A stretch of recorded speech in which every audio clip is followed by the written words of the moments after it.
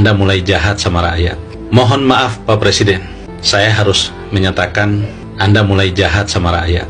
APBN dialihkan ke Dana Tara hanya untuk membiayai proyek hilirisasi sebanyak 21 kurang lebih, yang nilai anggaran yang diperlukan di atas 400 triliun lebih, mulai dari hilirisasi gas, besi, nikel dan lain-lain, dan itu Anda prioritaskan. Sementara CASN dan P3K Anda undurkan pengangkatannya di tahun 2025 dan 2026. APBN Anda gunakan untuk membiayai proyek-proyek strategis, mohon maaf, sekali lagi saya katakan, yang menguntungkan pejabat-pejabat yang ada di lingkungan sekitar dan kebijakan yang dibuat oleh mereka, menguntungkan mereka. Bisa jadi Anda pun diuntungkan Pak Presiden. Sementara kepentingan kurang lebih 2 juta rakyat Indonesia yang menanti nasibnya diangkat sebagai CASN dan P3K, Anda pending. Saya harus mengatakan Anda jahat Pak Presiden. Saya berharap, sekali lagi, saya berharap Bapak menjadi presiden yang baik buat Indonesia.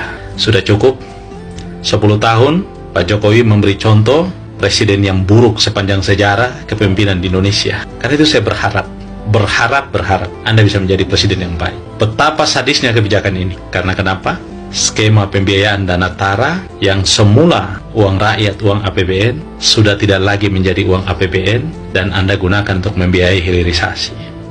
Semestinya Pak Presiden, proyek hilirisasi ini gunakan saja skema pembiayaan swasta dan libatkan investasi asing. Biarkan APBN bekerja dan membiayai kepentingan rakyat, Pak Presiden. Kita tidak mendesak kok. Gas, besi dan lain-lain itu tidak mendesak, tidak menyentuh kebutuhan rakyat Pak Presiden.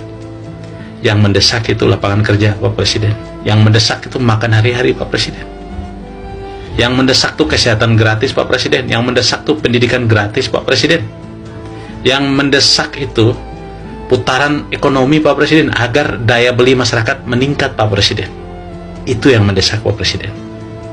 Mohon maaf saya harus bilang, bisnis proyek strategis yang dibiayai dalam bentuk hilirisasi itu adalah ekosistem industri yang Anda bangun dan akan melahirkan sub-sub sistem atau sub-sub industri yang dalam prakteknya, mohon maaf saya tidak menuduh, banyak pengusaha yang merupakan kolega para pejabat itu ambil bagian menyediakan bahan baku dan lain-lain.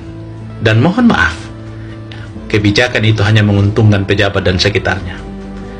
Padahal negara bisa menggunakan mekanisme pembiayaan dengan cara lain tanpa membebankan itu kepada rakyat, tanpa membebankan itu kepada APBN. Sayangnya APBN yang tadinya masuk dalam keuangan negara sudah Anda pindahkan ke Dana Tara dan kemudian membiayai hilirisasi. Pertanyaan saya kalau mangkrak, siapa yang tanggung jawab Pak Presiden? Sementara itu bukan lagi kerugian negara.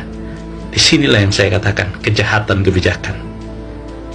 Kita mau seperti apa Bapak Presiden? Saya berharap Bapak Presiden bisa menyadari ini dan mengevaluasi kebijakannya untuk perbaikan Indonesia ke depan Pak Presiden.